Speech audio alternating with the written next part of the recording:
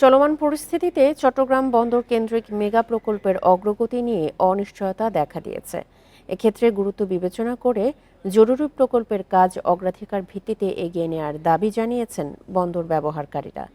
এছাড়া এসব প্রকল্পে দুর্নীতির শঙ্কা থাকলে তা বন্ধে কঠোর পদক্ষেপ নিতে নতুন সরকারকে উদ্যোগ নেওয়ার আহ্বান বিশেষজ্ঞদের। প্রিয় নম্বর সেট করে বিকাশে সেন্ড মানি করুন ফ্রি।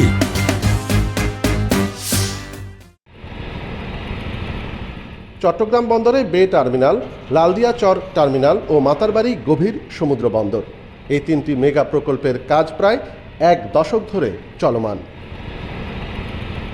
2014 সালে নেওয়া বে টার্মিনাল প্রকল্পের মহাপরিকল্পনা তৈরি হয় এ বছরের শুরুতে।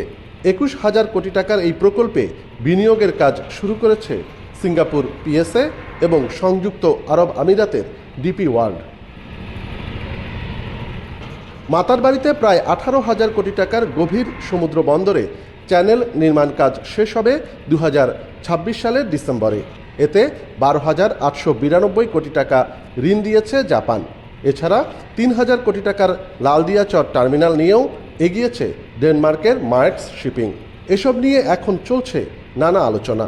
নীতি নির্ধারণী পর্যায়ে এইসব প্রকল্পগুলো কোনটা গুরুত্বপূর্ণ আছে, কোনটা অতিসত্বর প্রয়োজন আছে, কোনটা আমাদের ইকোনমির জন্য এখনই প্রয়োজন, এটা কাজে হাত দিতে হবে, এইসবগুলো বিবেচনায় সবার সাথে আলাপ করে আমার মনে হয় এই ব্যাপারে একটা সুষ্ঠু সিদ্ধান্ত গ্রহণ করতে হবে। আমরা মনে করি এক্ষেত্রে চিটাগং বে টার্মিনালের প্রায়োরিটি সবচেয়ে আগে, কারণ চিটাগং পোর্টের এটা সন্নিকটে, এখানে জাহাজের ড্রাফট অনেক বেশি, পোর্টের সাথে অন্যান্য সারা দেশের যে কানেক্টিভিটি ওটার ব্যাপারে জোর দিতে হবে। গুরুত্ব বিবেচনায় কাজ এগিয়ে নেওয়ার পাশাপাশি যেসব প্রকল্পে অনিয়মের অভিযোগ আছে তা নিয়ন্ত্রণে কঠোর হবার পরামর্শ সুশীল সমাজের।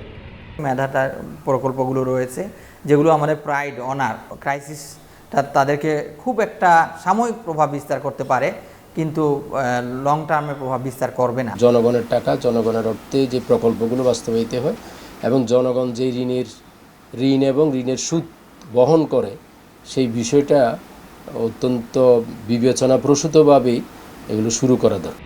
দেশের মোট আমদানি রপ্তানির 92% সম্পন্ন হয় চট্টগ্রাম বন্দর দিয়ে। অনুপম শীল, ইন্ডিপেন্ডেন্ট নিউজ, চট্টগ্রাম।